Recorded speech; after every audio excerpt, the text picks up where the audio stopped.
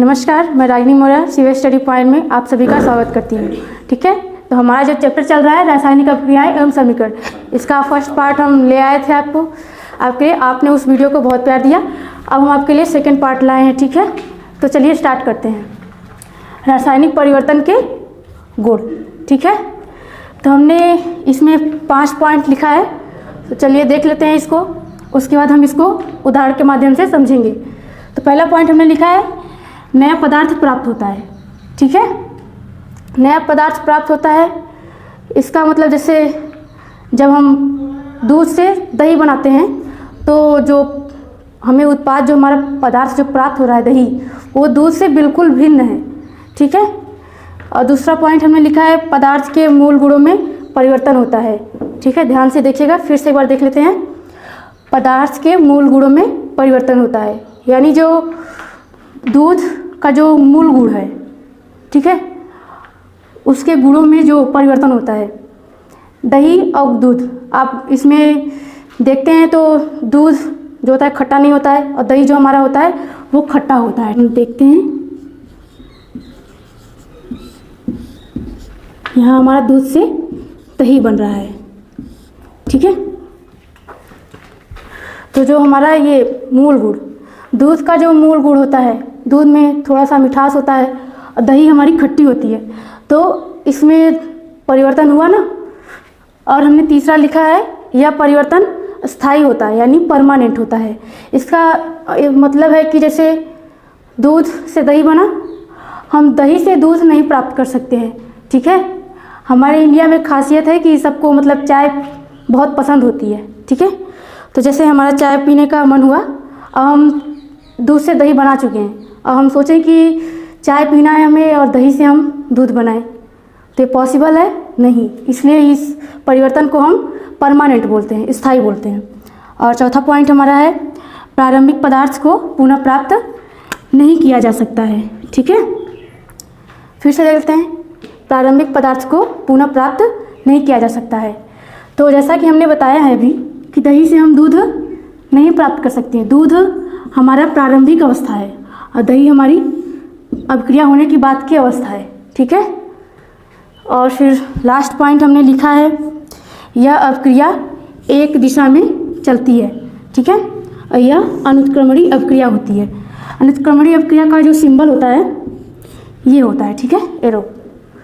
और यह अभिक्रिया एक दिशा में चलती है, तो इसलिए अनुत्क्रमणीय का मतलब एक दिशा ही होता है। और हमने पिछले वीडियो में बताया था अनुत्क्रमणीय, ठीक है, उत्क्रमणीय बताया था। ठीक, तो उत्क्रमणीय अभिक्रिया का जो सिंबल होता है ये होता है। ठीक है, और अनुत्क्रमणीय अभिक्रिया का सिंबल ये होता है। अनुत्क्रमणीय अभिक्रिया एक ही दिशा में चलती है, जो आप देख सकते हैं इसका मार्क, और उत्क्रमणीय अभिक्रिया 2 दिशा में चलती है। और इसको हम बोलते हैं अग्र और इसको बोलते हैं प्रतीत। ये हम आपको पिछले वीडियो में ही बता दिए थे। ठीक है, तो आप लोग को ये समझ में आ गया होगा। एक बार फिर से रिपीट करते हैं। तो पहला पॉइंट हमारा है नया पदार्थ प्राप्त होता है, और दूसरा जो है हमारा पदार्थ के मूल गुणों में परिवर्तन होता है, और तीसरा जो हमारा है यह परिवर्तन स्थायी या परमानेंट होता है। ठीक है, और चौथा हमारा है प्रारंभिक पदार्थ को पुनः प्राप्त नहीं किया जा सकता है। और हमारा जो लास्ट पॉइंट है यह अभिक्रिया एक दिशा में चलती है, अतः यह अनुत्क्रमणीय अभिक्रिया होती है। ठीक है, आप इसे ध्यान देंगे, यह अनुत्क्रमणीय अभिक्रिया का सिंबल है और यह उत्क्रमणीय अभिक्रिया का सिंबल है। ठीक है, इन दोनों में आप डिफरेंस ध्यान देंगे। चलते हैं अगले टॉपिक पर। तो हमने यहाँ लिखा है रासायनिक अभिक्रिया। ठीक है, केमिकल रिएक्शन। तो डिफिनेशन देख लेते हैं इसका। तो हमने यहाँ लिखा है एक या एक से अधिक रासायनिक पदार्थ मिलकर नए पदार्थ का निर्माण करते हैं, रासायनिक अभिक्रिया कहलाता है। ठीक है, तो इससे मतलब जैसे कोई भी होता है रासायनिक अभिक्रिया, तो हम एक या एक से अधिक पदार्थ लेंगे और वो एक नए पदार्थ का निर्माण करें। ठीक है, तो जैसे हम यहाँ लिखे ना मैग्नीशियम ऑक्सीजन, जैसे मैग्नीशियम और ऑक्सीजन, ठीक है, दोनों को अगर हम लेते हैं तो यहाँ पे मैग्नीशियम ऑक्साइड, ये एक नया पदार्थ है। ठीक है, जो दोनों से बिल्कुल भी भिन्न है। ये बनता है, ठीक है। तो रासायनिक अपक्रिया को समझने से पहले हम रासायनिक समीकरण समझेंगे, ठीक है। तो रासायनिक समीकरण, केमिकल इक्वेशन, ठीक है। रासायनिक समीकरण किसे कहते हैं? तो रासायनिक अपक्रिया को प्रतीकों या संकेतों द्वारा निरूपित करना रासायनिक समीकरण कहलाता है, ठीक है। एक बार फिर से देख लेते हैं। रासायनिक अपक्रिया को प्रतीकों या संकेतों द्वारा निरूपित करना रासायनिक समीकरण कहलाता है, ठीक है। तो बहुत लोग के दिमाग में ये आता होगा कि हमें रासायनिक समीकरण की ज़रूरत क्यों पड़ी, ठीक है, हमें प्रतीक या संकेत की ज़रूरत क्यों पड़ी।